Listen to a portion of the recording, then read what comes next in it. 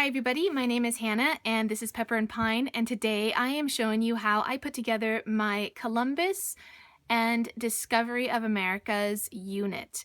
So the first thing I do when I'm preparing a unit is I go online and I look for the resources that I need, either books, historical fiction, games, hands-on projects, biographies, and I pull all those things together. Now when I was putting this unit together initially, I only had a few resources and we got started on our unit and then we started to backfill our unit with more resources. So I'm here now with the things that we're going to use for this unit and how I actually lesson plan once I finally got all of my materials together.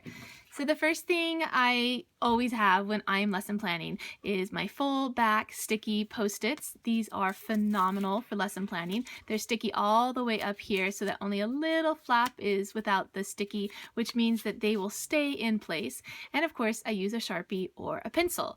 And what I typically do is I will take these and I will put them on the back of the book and I will write what I want to have happen with this book. Either I'm going to read it or I'll assign it, and then how many days it will take in order to read the book.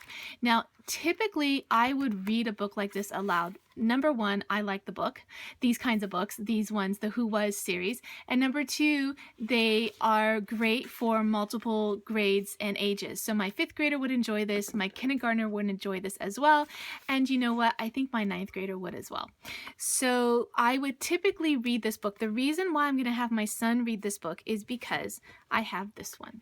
And this book is called The World of Columbus and Sons.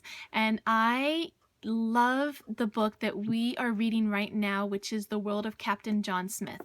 The author has done an amazing job writing this book so that you feel like you're reading a novel. It feels like at the end of the chapters, like you just want to know what's going to happen, but it is very information heavy in the sense that it covers a vast amount of time. It covers the entire world. And then, of course, it keeps bringing it back to Columbus. So you're going to start off usually with the birth of his life, and then you're going to look at other things going on in the world at the time, and then you'll come back to him later on. He'll maybe be a child, and then you'll go back and look at the rest of the stuff going on in the world. Now, this will end up covering more than the time period that we actually want, but because we enjoyed the world of Captain John Smith so much, I definitely want to add this book into our unit, but it is 400 pages long. So this is a book that you could sit and read for hours and hours and you would enjoy it. My son asks to read it all the time, asks me to read it. And so we want to, since I think I'm going to end up reading this aloud the whole time, is why I am assigning him this book. If I did not have this book to read for this unit, I would be reading this book to him.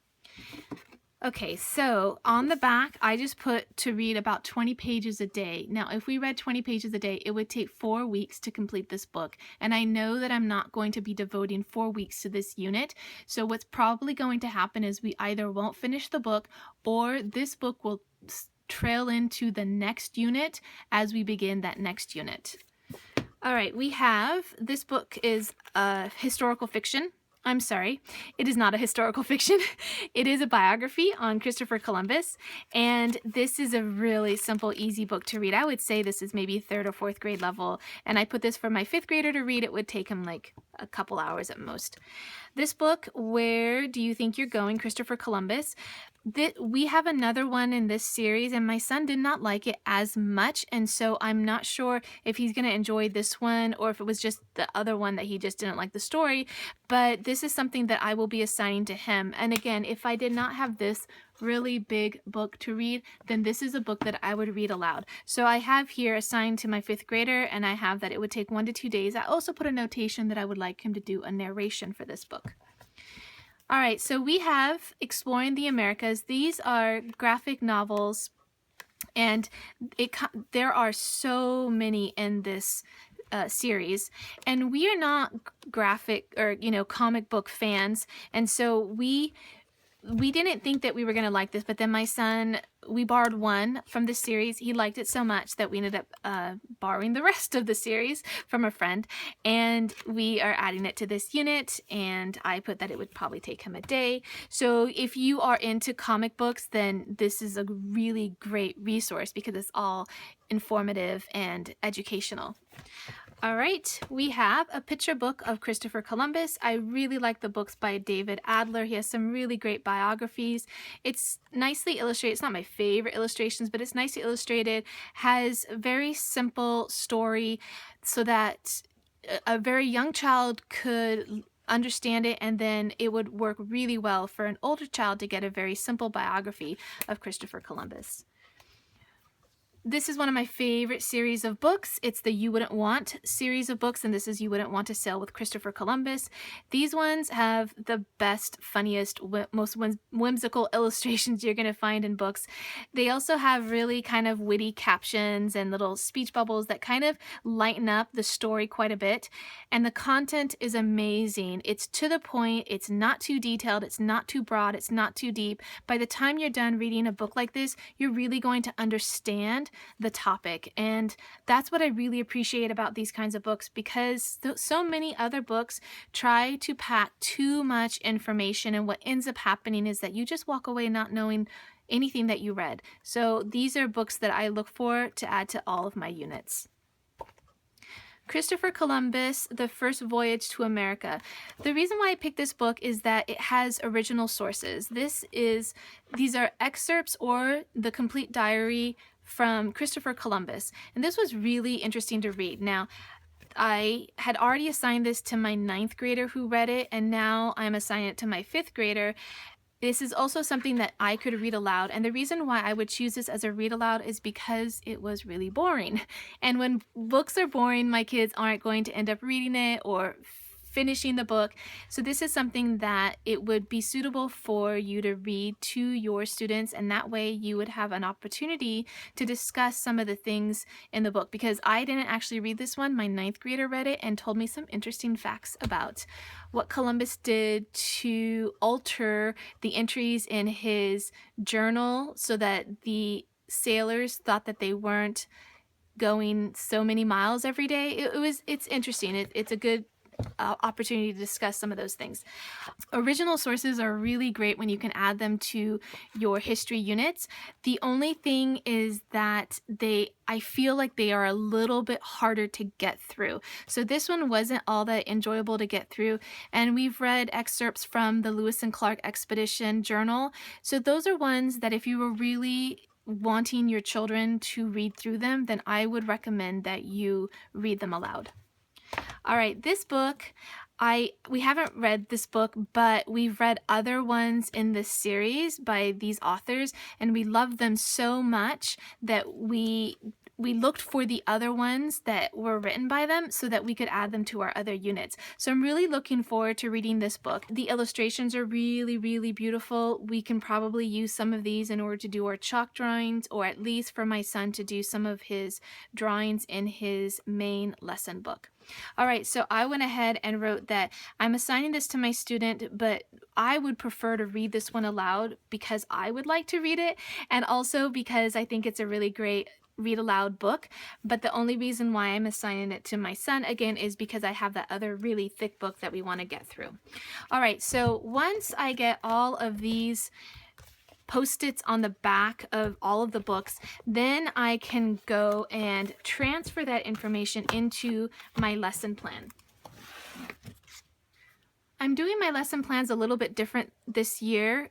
I usually do them on the computer, but right now I'm just writing them into a notebook. This is a composition book that you can get from the dollar store. I just went ahead and covered it, and I started doing this mid-year, so my lesson plans from the beginning of the year are still on the computer. I'll have pictures of these lesson plans on my website so that you can take a look at it. So what I did was, this is for the Discovering America and Columbus unit, and I estimated about 1 to 2 weeks for this unit, but more likely it will probably take 3 weeks. However, I don't have a lot of hands-on projects for this unit. So we could get done in 2 weeks. It'll just be a reading heavy unit. So for week 1, I wrote down the game, and the reason why I write down things like the games or the projects is so that we are more accountable to doing them, because it's really easy to pass that up so that you can do the more academic lessons, but I find them to be so important to our units and to learning in general and to the enjoyment of homeschooling that I do like to write them down and include them. We have our read aloud, which is the world of Columbus and Sons, and I put down 20 pages a day, and it will take time to read through this. Reading 20 pages will take a long time to read, but it's going to be the only thing that I'm going to read aloud for this unit. Then I wrote down the assigned reading for my son. I put 2 different books, so that won't take him long at all. My projects part is all empty here because I don't have any projects planned, and I haven't really thought about them. So I could spend some time thinking of some projects, or maybe this unit just doesn't have any. And then I wrote that the picture book that we'll read for this unit, and I will read that aloud. And then for week 2, I have the game. I forgot to show you the games. Let me take a minute and show you the games really quickly. We have Professor Noggin's Explorer's Game. This is a card game that we really like a lot. We actually like all of the Professor Noggin's card games, and in part because there are 2 parts to the card game. There's an easy section and a hard section. And what I like to do is begin our unit by focusing on the easy questions, and then at the end of the unit we can test ourselves with the hard questions. Another way that you could use this game is that if you're playing with your kids and you know the information and they don't, or they don't understand it as well, then you could give yourself the hard questions and give them the easy questions. I also like this card game because the illustrations are really beautiful. And the only thing that I don't like about this game is that it's trivia based. So once you learn the answers, once you memorize them, it could be in the course of a unit or a year or whenever, then it's not as challenging the second time around or the third time around. So that's the only thing, that if you're going to play this game and you memorize all the answers, and you're kind of done. However, if you put it away for a while, I find that it's a brand new challenge all over again. This is a great game. There's so many in the series. It's a great opportunity to get together with other homeschoolers or just other educators, and each person buy one, and then you can kind of rotate the games around. All right, I forgot to show you this book, The Story of Exploration, and for our Columbus unit, I put down a few pages that I think that would coordinate with this unit pretty well. So we don't need to read the whole book. I just put down the pages relating to Columbus and a little bit before and a little bit after. And normally I would read this book aloud, but again, I'm assigning this to my son. And the last game that I want to show you before we go back to the lesson plan is Way Back When in History. And for this game, we would only focus on one part of it because it goes through the explorers, the colonies, Revolution, Constitution, and Civil War. And really, if you're doing a unit on Columbus or the explorers, you wouldn't have gone through these other units probably. And so if you want to play this game, then I would just say focus on getting through just this section, or when you go through all the other sections, just focus on the trivia related to the explorers part of the game and the cards. All right, so let's go back to the lesson plan, and let me show you how I divvied up the rest of the week. So I've got the game, and then the read aloud again is the same, and then I've got for my son, and I also put read aloud or assigned reading, so that if you're looking at this online, then you can see, like, if you don't have this book, then a great read aloud would be Who Was Christopher Columbus, which is this book right here. And then another great read aloud is this one right here. And then the third one would be this one. As far as enjoyment, those are the 3 that I think are really great to read aloud. I've enjoyed them. I've learned a lot, and they're very pleasant. You can go through them very, very fast. This one I think would make a suitable read aloud, except that it's a little drier compared to the other ones. So then for my son, the assigned reading for him is the biography. I like to include some historical fiction or biographies for my student to read. And then, of course, I have for him this one, which if he doesn't finish it, that's okay. I know that it was a little bit a little bit tough to get through. And then the picture book that I will be reading is You Wouldn't Want series, because I really am going to want to read that one, even though I could totally assign it to my child. And then again, my projects are empty for that week. Now for week 3, I have it as an optional week in case we don't get through all of this in those 2 weeks. And that would be to continue reading The World of Columbus, and then make up work and or week, you know, whatever you would need to make up. And this would also be a good opportunity that 3rd week to do a lot of your narrations, or in my case, the chalk drawings that my son could then write into his main lesson book. And then I also put the story of exploration because I forgot to include it in the first 2 weeks. So I just put it down here for the 3rd week. All right, so that's how I take the books and the games and lesson plan for the unit. If you have any questions, you can leave them in the comment section below. And if you've done this unit and you have some amazing resources that I did not share today, please let me know about them below. All right, thanks for watching.